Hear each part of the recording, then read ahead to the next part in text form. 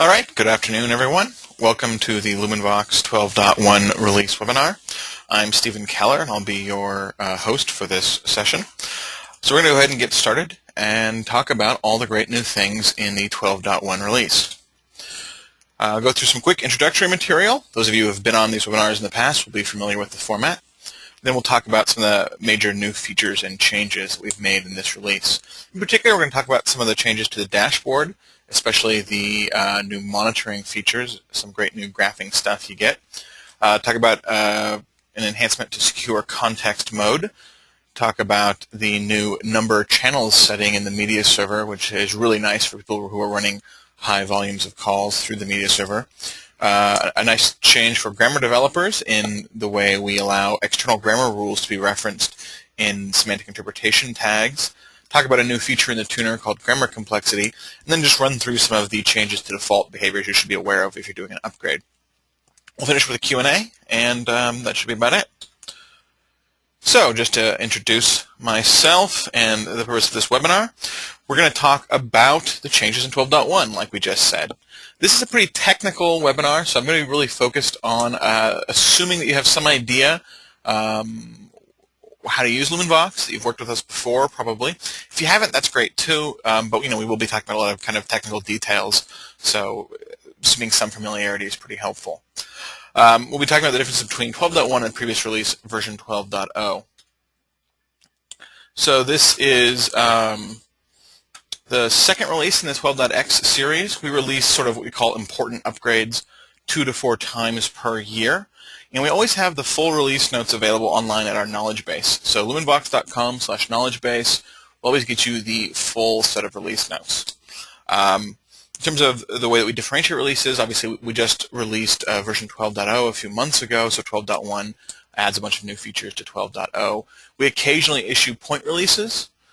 For instance, we might do a 12.1.200 at some point in the future, though hopefully not. And those tend to be just bug fixes. So anytime we increment the major or minor version number, that means you're getting some really cool enhancements. By the way, feel free to ask questions using the webinar interface panel as we talk. We'll have a scheduled time for Q&A at the end, but you can feel free to interrupt me at any time. You can just go ahead and submit a question. There's a little questions panel in the webinar controls as you've logged in. I'll be taking a look at those and trying to answer them. Or you can feel free to wait until the end, or you can always, of course, just email us with any questions and if you want to discuss them offline. All right, so let's get to the stuff that people care about, which is the new features in 12.1. So anyone who's used the last few releases should be aware of the fact that we, not too long ago, added a web-based dashboard to the product. So previously, most of the configuration and interface with LumenVox was done largely through the command line or editing configuration files. There was, several versions ago, a sort of Windows-only GUI dashboard, but its functionality was pretty limited. So we've recently replaced it with a web-based dashboard that gives you all kinds of great stuff. That's been available for a couple of releases, but something we've been doing in every release is trying to really enhance the functionality. So one of the really cool things in the dashboard is this monitoring functionality. So monitoring lets you keep track of all kinds of things. In particular, it's used to track the performance of the system, so sort of like CPU, memory use, that kind of thing, as well as the performance of the individual LumenVox processes. And actually, this is a feature that's existed, but worth mentioning again. You can add your own custom processes to that list. So if you like the dashboard monitoring tools, you like the reports and the graphs that it builds, there's a way it's documented in our knowledge base that you can go ahead and specify your own custom processes. So it can really monitor anything that's running on a system. But one of the previous limitations in the dashboard was that the monitoring only worked for the last 24 hours. It basically only kept paying attention to the last day's worth of data. So it would show you, okay, here's how my system, here's how my processes have been performing over the last 24 hours. The new 12.1 monitoring functionality kind of extends indefinitely backwards into the past. So as part of that, we now allow you to do all kinds of changes to the axes on the graphs that can get displayed. So for instance, you see here, this is showing us system performance over the course of 3 days. And you'll notice along the bottom there, the x-axis, the time scale, is about 3 days worth of data. Maybe not quite that. You see over time. You also notice that there is a slider up here at the top. This allows you to kind of zoom in and out. So here we've zoomed in on just one particular sort of 24-hour period, and now you've got a much finer resolution. So this is a pretty useful functionality enhancement. It'll let you zoom in on particular problem areas, useful for troubleshooting, useful if you've got some case where you think, okay, so something between 1 and 2 p.m. yesterday was causing me some trouble. What was that? Let's go take a look. And you can zoom in on these graphs now and see all that great stuff. You can also set the axes yourself. So if you want to create the scale, there is a little gear icon there by the slider. You can click on that guy and go ahead and either specify a very specific time range and also set your X and Y scales. So pretty nice stuff for people who are using the dashboard. And if you haven't started using the dashboard, I know I myself, I'm so used to the old way of doing things. I spent all those years with the command line tools. I sometimes tend to still go that way. I would say, the dashboard is really cool stuff. In particular, it makes licensing a lot easier. So if you haven't upgraded for a while, not everyone upgrades every time, and you haven't used the dashboard, if you upgraded 12.1, definitely check it out. A lot of nice features in there. One important note, though, is that the dashboard does not clean up historical performance data for you, so it keeps track of this. And it's not like it's keeping these giant text logs. It's just little nuggets. It's, I don't know, maybe 100 kilobytes a day or something, maybe a couple hundred kilobytes a day. But theoretically, if you let that run forever, since it never gets cleaned up automatically, that could fill your hard disk. So in 5 years, you're like, what happened? Why did I run out of space? Oh, well, we'd recommend that you might want to go ahead and set something up to clean these things up. And we actually have a document. You can click on this link. We'll be sending out these slides to all the attendees afterwards. You can click on this link, go to this knowledge base article, and we actually describe exactly how to set up some automatic tasks. So scheduled tasks in Windows or cron job in Linux, we provide the scripts to run. They'll actually go ahead and clean this up for you, so you can delete like everything older than a month or something, or whatever you would like. But yeah, if you are using the dashboard, you'll want to go ahead and probably clean up your historical data at least from time to time. We've also made another enhancement to what's a fairly recent feature. If you've been attending these webinars, you'll probably be aware that one of the things we've been working on in addition to the dashboard is offering better compliance for things like PCI or the HIPAA standards, sort of the high secure, high privacy standards out there. And one of the things we've done is to add support for a mode called Secure Context. There's lots of different ways to activate Secure Context. You can turn on by default. You can set it on a per interaction basis over MRCP or using the LumenVox API. And we've made an enhancement to Secure Context that will now allow it to suppress information related to grammars. So previously we were just suppressing the results of recognitions and syntheses if you're using ASR or TTS. Now we'll actually suppress as well information about the grammars because, as some customers pointed out, potentially sensitive information is contained in grammars. You might have a grammar that contains a caller's social security number, and you don't want to write that out to disk. So Secure Context now suppresses the text of the grammar, the URI of the grammar, and the name or label of the grammar if you're specifying those. So those will also be hidden from our logs. Very useful if you are using grammars that do contain sensitive information. And a pretty interesting change, one of the things that we don't always mention in these webinars is we try to focus on sort of functionality enhancements, but since the 11.3 release, so 11.3, 12.0, now 12.1, each of these releases has included quite a bit of throughput enhancements to particularly the media server and the ASR, but also the TTS a little bit. Really trying to focus on being able to run a lot of channels on a single machine without overtaxing the CPU and the memory. So part of that effort has led us to also kind of revise a function of the media server. So previously, I don't know if everyone's familiar with it, these are kind of obscure settings that most users weren't touching unless they talked to LumenVox. So if you came to us and said, hey, I'm trying to run 400 simultaneous calls on one machine, and it's not working very well, what's going on? We would have directed you probably to adjust these settings, the MRCP server resource maximum, the number of RTP event threads, the number of MRCP event threads, and then some internal graveyard and spawning threads. These are basically a bunch of internal settings that we used to, as you increase these, you kind of increase the number of threads that the media server is able to handle at once, which increases its responsiveness to new events and new requests. But it became this sort of complicated dance you had to do. We'd come to us and say, well, I'm trying to run this many channels on this machine, and we'd say, well, we think maybe you should turn this knob up a little bit and turn this knob up a little bit more, and it was frankly cumbersome. So a really nice change that they've made in 12.1 is there's a new setting called num channels. Basically, num channels specifies the maximum number of simultaneous channels you expect to be using on the server.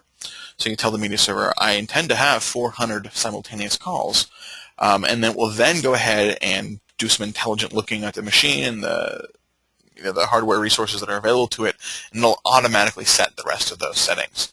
So by default now in the configuration file, all of these settings will default to a value of auto, which means they get set by the value of num channels in the media server config file. So if you do want to make use of num channels, make sure that you've either left all these other settings to either the word auto or the word default. They have the same behavior.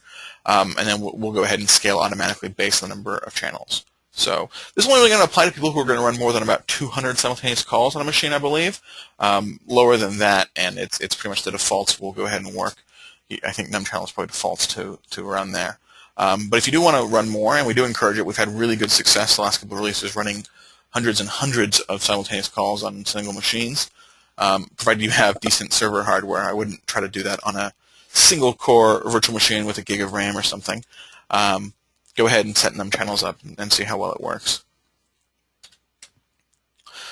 This is another interesting enhancement. This is a little bit more obscure, but if you're familiar with writing grammars and running semantic interpretation, you're probably familiar with the fact that in SISR, the semantic interpretation for speech recognition standard, there's an object called rules, which contains the variable values of other rules in your grammar set. So you're working on a grammar, you're in rule A, you want to access rule B or a rule called main, you can check the value of rules.main to see the value of the main variable.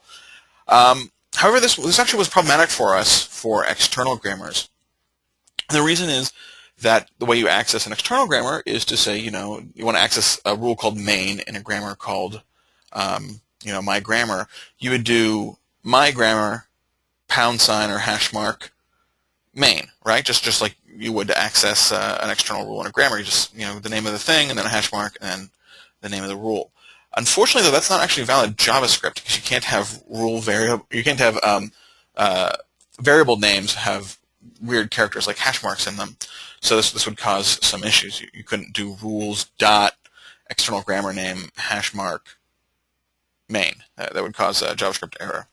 So what we've done to kind of accommodate this is we're going to now expose the external rules as part of the rules object without requiring a reference to the grammar name.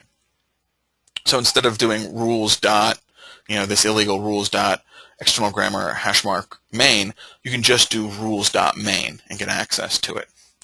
This does cause one potential problem, which is that within a grammar, all rule IDs have to be unique. So grammar A can have one and only one rule called main. However, grammar B could also have a rule called main, and that's allowed. And normally the way that you disambiguate between them is you specify the name of the grammar. If it's an external grammar, then you know. So here we do have a potential conflict in that if you have grammar A with main and grammar B with main, how do you differentiate which main you want? So in our implementation, which I think is similar to the way other vendors have implemented this, you simply don't, there's simply no differentiation. So if you call rules.main, you'll simply get the value of the last rule called main that we iterated over and that we executed. So you do want to be careful if you're using multiple grammars with the same rule names in them. You're trying to access the variables. I think that's a not that common case, fairly uncommon that people are trying to do that. And this is definitely an improvement over just saying, oh, you can't access this at all. So now you just be aware that this is a potential conflict. Though it's easily resolved by just making sure each rule has a unique name across all your active grammars. And then another feature, so this is the first implementation of a feature we hope to kind of expand upon in the future. We just put it in now to give grammar developers rough guidance, I know from talking with our development team here, one of the things that we really want to do is provide some more functionality related to this grammar complexity idea, and especially provide some more data about how to make use of it. But one of the things we found, especially for people who are building grammars for the first time, is that they have a hard time kind of wrapping their head around this notion of grammar complexity, because it means a lot of different things. Obviously, grammar that has more words than another grammar tends to be more complex, right? So if grammar A has 10 words and grammar B has 100 words, chances are that grammar B is going to be more complex, and that probably it's going to take longer to load grammar B, it's going to take longer to perform recognitions using grammar B, etc. However, there's a lot of other things that go into it. The number of rules in a grammar affects things, right? If grammar A has just one rule and all the words are there and they're just all on a flat list, that's not very complicated. Or I'm sorry, if grammar B were like that, you could have 100 words all in one rule. Actually, it might not be that complicated a grammar. There's also whether or not rules are optional. So optional rules tend to cause the recognizer to work harder than rules that are mandatory and words that are mandatory. Likewise, the amount of recursion through a grammar and you can start writing grammars that have just a few rules and just a few words, but actually have a fair degree of complexity because they can allow lots of different possible parses, as you have recursion through rules and then optionality, and this rule may or may not occur 1 to n times, that kind of logic. So it's not always intuitive whether a given grammar is going to be sort of harder for LumenVox to process, whether it's going to tend to take us more CPU and memory and time to access. So we've added a complexity metric in the speech tuner that sort of provides a quantitative measure of complexity. To get access to it within the speech tuner, you just can right-click on a grammar in the grammar list and choose properties. So you see here, this is the grammar properties list in 12.1, and basically you'll see here the complexity score.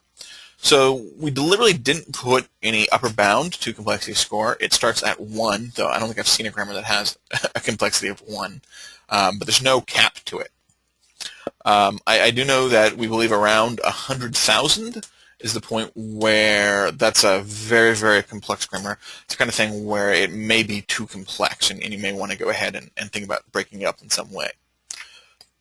However, and right now, this is sort of to provide a rough measure of complexity, not to give a ton of hard and fast rules about, oh, grammar complexity of X means this, and grammar complexity of Y has this particular meaning. This is just sort of an idea of how complex things are. So, as an example, here are built-in grammars and their complexity. You can see the simplest Boolean, which is basically just yes or no and a couple synonyms, has a complexity score of only 18, all the way up to currency, which is very complex, since currency incorporates natural numbers and digits and some natural language stuff and different currency names. It's all the way up to 6285, quite a bit more complex than the next complex one, which was the natural numbers. So yeah, you can go ahead and use the 12.1 tuner to go ahead and calculate complexity scores, and hopefully over time, as we continue to refine this metric and provide more information about it, it'll help grammar developers and system administrators make informed decisions about how best to deploy complicated grammars. A couple of changes to default behaviors that are worth talking about. The media server default ports have been changed. Largely because we wanted the CentOS 6 and Rel 6 ephemeral port range was kind of conflicting with our existing port ranges for these. These shouldn't actually affect people. You shouldn't probably even notice this unless you've written a voice platform in a very specific way. This is kind of all transparent behind the scenes when using MRCP with LumenVox.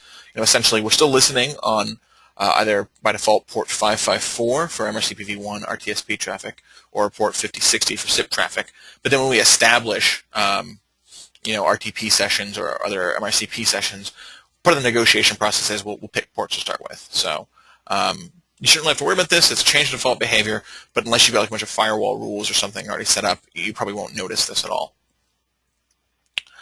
Also, another change that you hopefully may or may not notice, but we've modified the order when we return in interpretations when there were multiple grammars that were matched. This would affect you if you're using NLSML over MRCP.